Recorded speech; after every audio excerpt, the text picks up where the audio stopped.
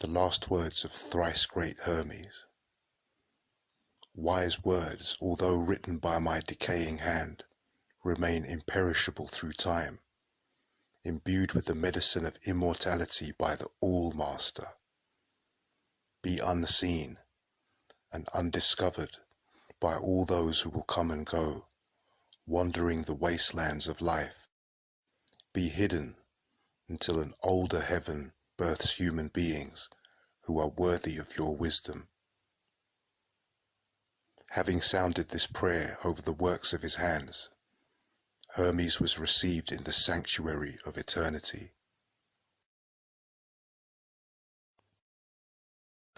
Chapter 1. The Prophecies of Hermes. In this chapter, Hermes describes the nature of pure philosophy, but laments that in future generations it will become all but lost. The philosophy that Hermes teaches is not just a clever intellectual exercise. It is about focusing the mind in deep meditation on Atum, an ancient Egyptian name for God. Such pure philosophy is about rising above mere opinions to experience directly the mind of the universe. Using the God-given gift of our own little minds, we can come to know the big mind that creates and maintains the cosmos in beautiful order. For Hermes, spiritual philosophy is not opposed to science, as it often is for us today. The student of spiritual philosophy studies science as a form of devotion to God. Through understanding the secrets of the natural world, he is overcome with a sense of awe and reverence for the Creator. He appreciates the perfect order of the universe, as if he were listening to a grand symphony in which every melody has been exquisitely combined to compose one magnificent harmony. Hermes prophesies, however, that this spiritual philosophy will one day become lost and confused. Speaking from our distant past, he uncannily describes the predicament we find ourselves in today. Pure philosophy has been replaced by the teachings of clever intellectuals with no mystical understanding of life. People have ceased to see the universe as a source of wonder and no longer revere it as the work of God. Spirituality has come to be dismissed by science as primitive superstition. The profound wisdom of the ancient Egyptians is thought of as a dead religion and as little more than an archaeological curiosity. Hermes foretells that Egypt, once the home of spirituality, will become a desolate place, deserted by the gods. Out of compassion for future generations, Hermes writes his wisdom in books and orders them to be hidden. Like a time capsule of truth, Hermes' vision waits for its chance to awaken future generations who are lost and bewildered by life. People such as ourselves. The Prophecies of Hermes. Pure philosophy is spiritual striving through constant contemplation to attain true knowledge of Atum, the one God. But speaking now in prophecy, I say that in times to come, no one will pursue philosophy with single-mindedness and purity of heart. Those with a grudging and ungenerous temperament will try and prevent men discovering the priceless gift of immortality. Philosophy will become confused, making it hard to comprehend. It will be corrupted by spurious speculation.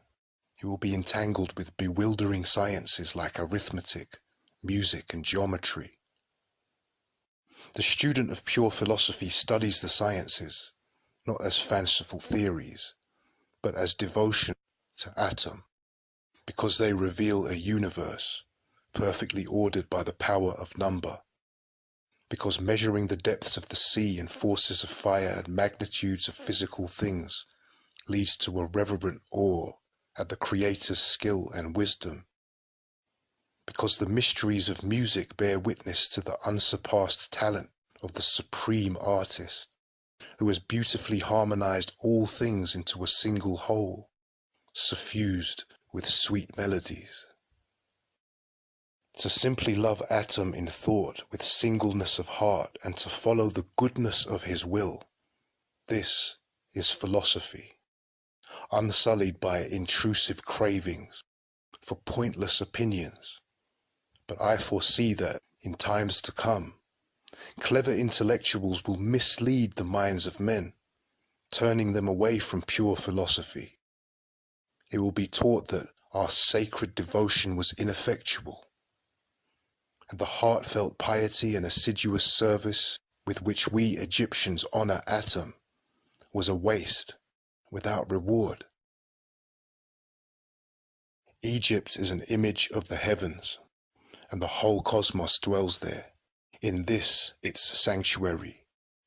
But the gods will desert the earth and return to heaven, abandoning this land that was once the home of spirituality. Egypt will be forsaken and desolate, bereft of the presence of the gods. It will be overrun by foreigners who will neglect our sacred ways. This holy land of temples and shrines will be filled with corpses and funerals. The sacred Nile will be swollen with blood, and her waters will rise, utterly fouled with gore. Does this make you weep? There is worse to follow. This land, that was a spiritual teacher to all humankind, which loved the gods with such devotion that they deigned to sojourn here on earth, this land will exceed all others in cruelty. The dead will far outnumber the living, and the survivors will be known as Egyptians by their language alone, for in their actions they will be like men of another race. O Egypt, nothing will remain of your religion but an empty tale, which even your own children will not believe. Nothing will be left to tell of your wisdom but old graven stones. Men will be weary of life, and will cease seeing the universe as worthy of reverent wonder. Spirituality, the greatest of all blessings, will be threatened with extinction and believed a burden to be scorned.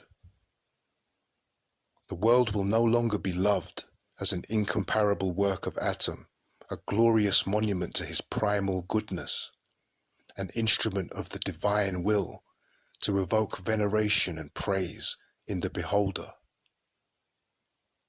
Egypt will be widowed. Every sacred voice will be silenced. Darkness will be preferred to light. No eyes will raise to heaven. The pure will be thought insane, and the impure will be honored as wise. The madman will be believed brave, and the wicked esteemed as good. Knowledge of the immortal soul will be laughed at and denied. No reverent words worthy of heaven will be heard or believed. So I, thrice great Hermes, the first of men to attain all knowledge, have inscribed the secrets of the gods in sacred symbols and holy hieroglyphs on these stone tablets, which I have concealed for a future world that may seek our sacred wisdom. Through all-seeing mind, I myself have been the witness of the invisible things of heaven, and through contemplation come to knowledge of the truth. This knowing I have set down in these writings.